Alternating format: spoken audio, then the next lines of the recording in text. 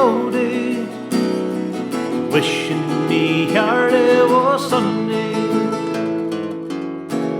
Drinking wine and beer all the week, time for whiskey on a Sunday.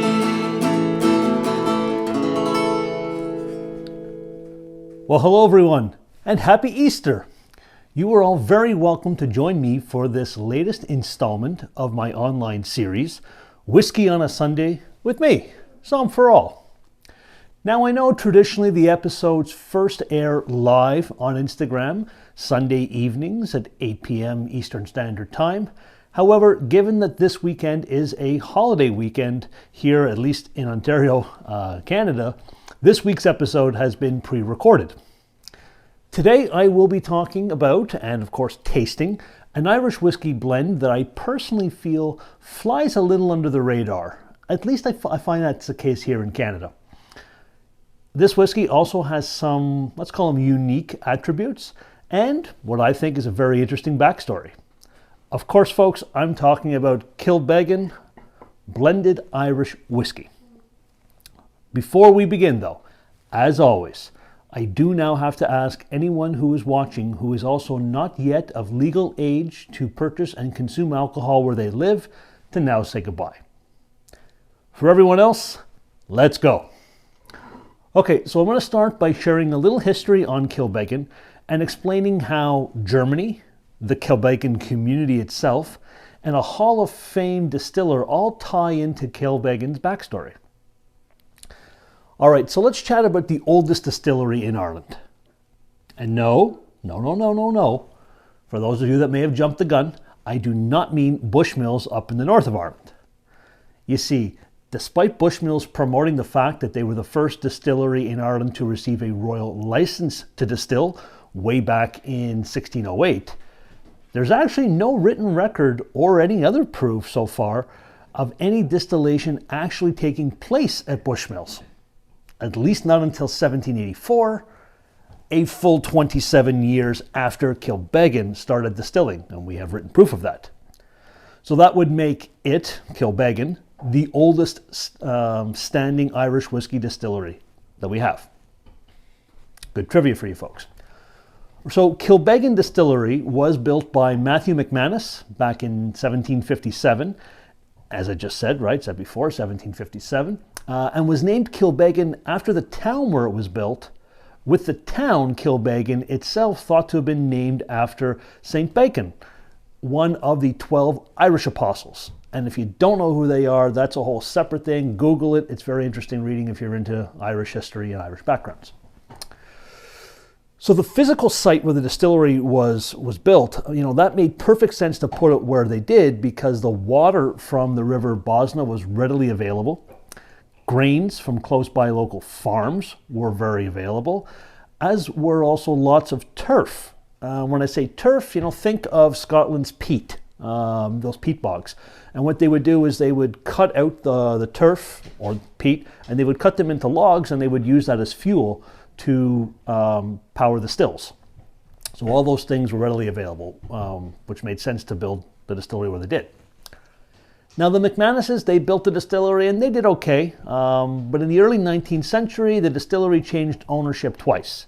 First, by the Codd family, and then again in 1843, the Locke family, the Locke family actually changed the name of the distillery twice as well. First to Brusna and then Locke's Distillery. Now it was under the Locke's ownership that things really started to happen for Kilbeggan. As the Locks, they chose to focus on export markets such as England and the United States, where it proved to be very, very popular. It was also under the hand of the Locks that the deep community ties between the distillery and the townsfolk started to emerge. You see, employees at the distillery, they were afforded cottages that they could rent or purchase with assistance from the distillery, and all staff at the distillery were said to have been given a full wagon full of coal at the start of each winter. Now, that coal, of course, they had to pay for it, but they would do so through what was payroll deduction, essentially, a little bit at the time from their monthly wage. That's pretty inventive for that time, where, again, we're talking the 19th century. So the townsfolk who again made up most of the distillery staff. They had lots of affection for the distillery, so much so that they actually saved it a few times. The first time that happened was back in 1866, when a boiler, which you need to produce whiskey, was severely damaged, and the Locke family themselves, they couldn't come up with the financing to replace it. A whole bunch of reasons are very political, but they couldn't come up with the financing. The townspeople, actually, of Kilbeggan, they all, however, came together, and collectively they bought the boiler that was needed for the distillery. So again, they kind of saved the day. Now, truthfully, in my opinion, that's not just an act of kindness, though, right? It was also a bit of a self-preservation, because, as I said, most of the townsfolk worked at the distillery, and no boiler meant no whiskey produced, which ultimately would have meant no work. Very smart folks. They know what they're doing there. In 1878, a fire broke out at the distillery, and despite a lot of front-end damage to the facility itself, unfortunately some of the whiskey stocks were lost. But notice I only said some, because townsfolk actually broke down the door to the warehouse. Townspeople rushed in themselves right into the blaze, and they helped roll out thousands of barrels of whiskey right out of harm's way. Again, saving the distillery. No whiskey, nothing to age, things shut down. So that's twice that the townsfolk came to the rescue. Now, by the mid-20th century, though, despite things, having gone well to that point for Kilbeggan, things did turn bleak, much like they did for the entire Irish whiskey world. I've mentioned before in prior episodes that things like Prohibition in the U.S., Ireland's War of Independence, their trade war with Britain, World War I, and then subsequently World War II, all those things gravely impacted Irish whiskey. And to learn more about that, please feel free to check out some of my other videos where I talk about that in greater depth. So things weren't going so well in the 20th century, and in 1958, distillation itself stopped at the distillery, and the distillery remained silent for, over 25 years.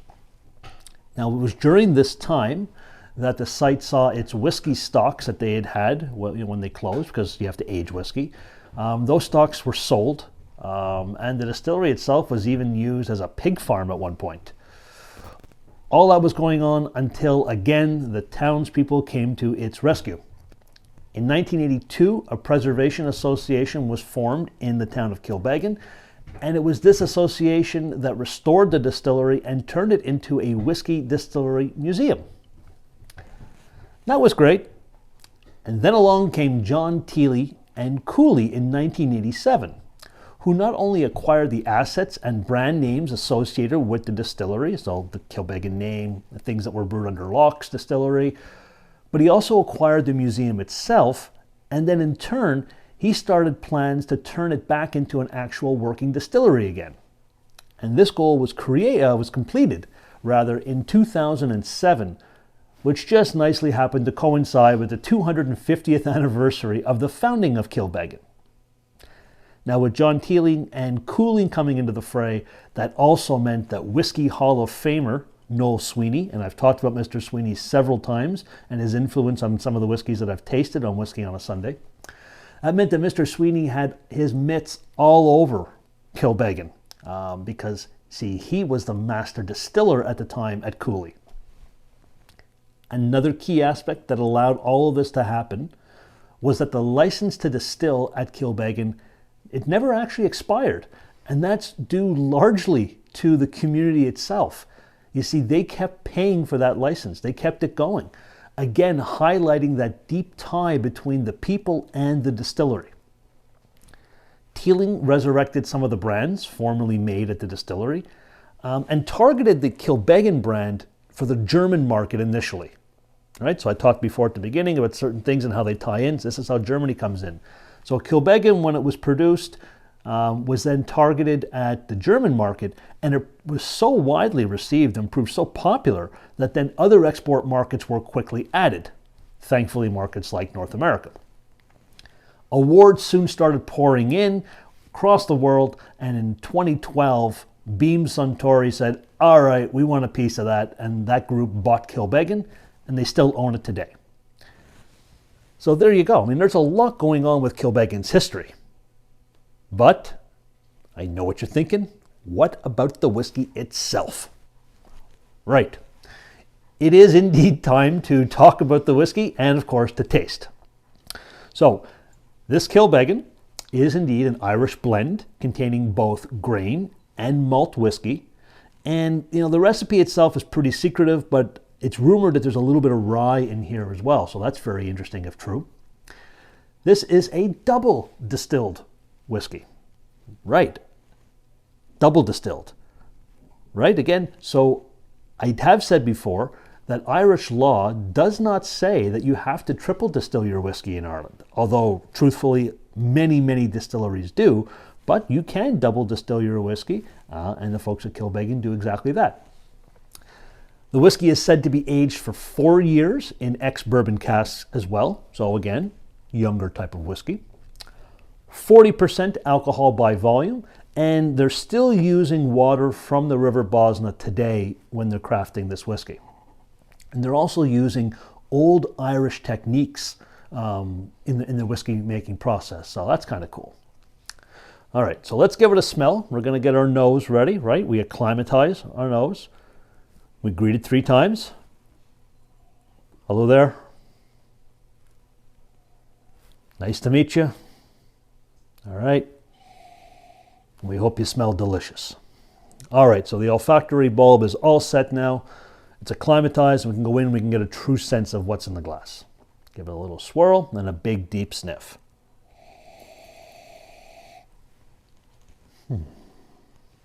So, for me, this is soft, it's smooth and gentle on the nose.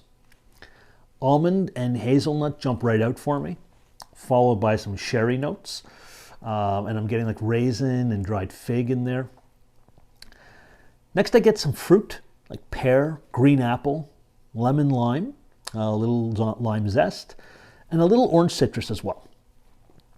Cereal tones come through. I get a hint of coconut, which is kind of fun.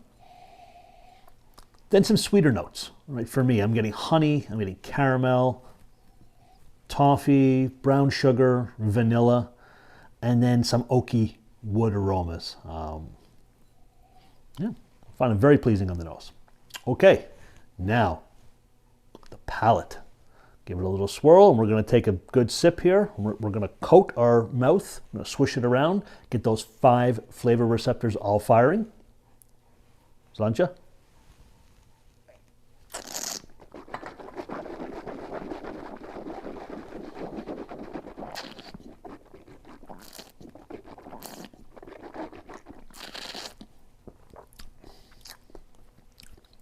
Alrighty. So there's some body here, but it's not a heavy whiskey. I mean, I'm talking on my tongue. There's some body. It's not heavy, but it's also not delicate and overly light in weight either. I get honey right away with pepper. Truthfully, there's a bit of zip on my tongue and a little bit on my gums, and that goes along with it being a young whiskey. But that dissipates very quickly. That's the alcohol and that's the ester notes in there, but it goes away very quickly. It's already gone. Cereal, grains coming through now. I'm getting some orange and lime citrus on the palate. Peach, apple, all coming through. And now I'm starting to get some nuts, sweet nuts like nougat, almond, hazelnut, Brazil nut. Definitely malty sweet. So sweet malt, if you know what that tastes like. Caramel is coming through.